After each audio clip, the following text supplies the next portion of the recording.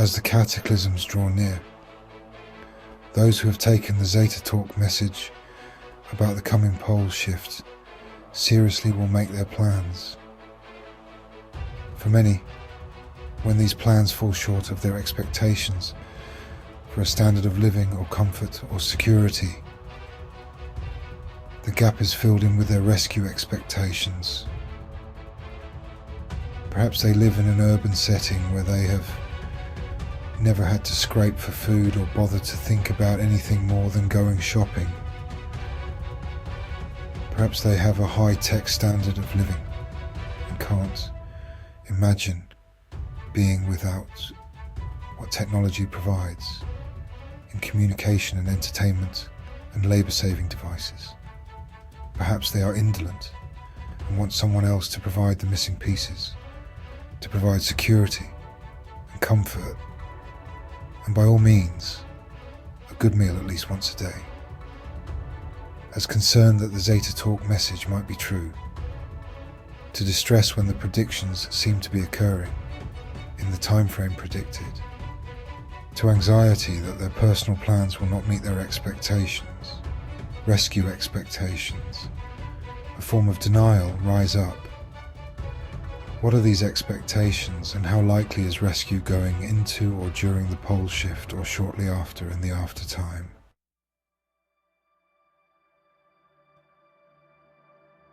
The lift. Having read that those who are categorized as future residents of the earth, those firmly in the service to other, have been offered a lift during the pole shift if they desire to live through the shift.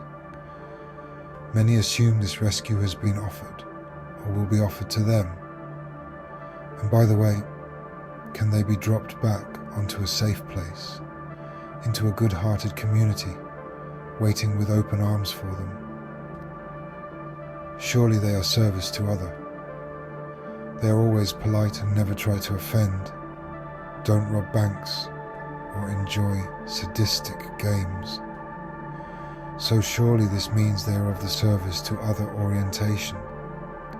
As we have with great detail explained, this cannot be superficially determined by the actions a human may take to avoid trouble with society, or the police, or the posturing a human may assume, or any title they may place upon themselves.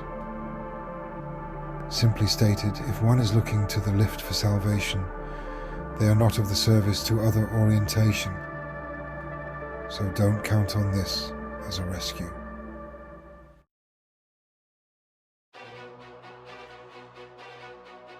Government operations. In countries where social services exist, those desperate for a rescue will begin to assume that the government will act, perhaps at the last minute, but in time to rescue them. Announcements will be made to peacefully evacuate cities and coastlines. Tents will be erected, and the populace resettled after it is all over, with the worst of it, the beans and rice endlessly served for supper. The military, politicians, and those holding stakes in the cities and coastlines being deserted will put selfish interests aside and become humanitarians in the end. For those clinging to this hope for rescue, we would only point out that the governments today do not act in this manner, but leave many starving children and injustices in their wake daily. Stressful times will not create heroes, it will create slamming doors. Simply stated, if any are looking to the governments to rescue them and move close to government operations, in the hopes this will occur, they will not only be disappointed, they will become slaves or worse, at the hands of those determined to remain in control during the aftertime.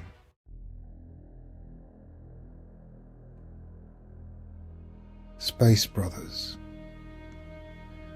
A theme of many discussions on the role aliens are playing during visitations is rescue. They are benign space brothers, here to rescue mankind from destruction from atomic bombs, pollution of the environment, or whatever. Surely in the face of something as devastating as a pole shift caused by a passing planet, steps could be taken. Divert the course of this planet. Carry mankind away in spaceships to temporary safety. For those entertaining such an appeal, we would point out that most of mankind is starving today, and disease and hardship abound. Rescue is not occurring today for the simple reason that life on Earth is a learning experience for growing souls, as we have explained. And the passage of the 12th planet is considered a natural occurrence, not unlike hurricanes or tornadoes or disease. Simply stated, humans are to rise to the occasion and help each other during these times. Outside of the help given as a result of a truly service to other call to help another, no help will be given. In these cases, another, not the self, is assisted.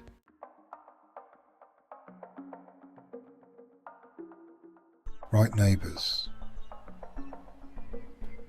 Since our descriptions of the transformation include humans and hybrids living near each other, such that the human communities can benefit from alien high technology, those desperate for rescue assume they can move in with the right group, and shortly after the distress of the pole shift, find themselves better off than ever. It is a characteristic of the service to other orientation that no steps would be taken that would harm others grossly, so that seeking out the right community that would make oneself comfortable, while deserting those who are currently neighbours, would not be a service to other goal. Simply stated, those who are shopping around for the right community, hoping to migrate into a high-tech, alien-assisted life, will in fact doom any community they attach themselves to, rather than find themselves so assisted. Communities that advertise themselves as service to other are invariably not that, and would be adoptees, loudly proclaiming they are service to other, while they are trying to insert themselves into communities, are likewise suspect.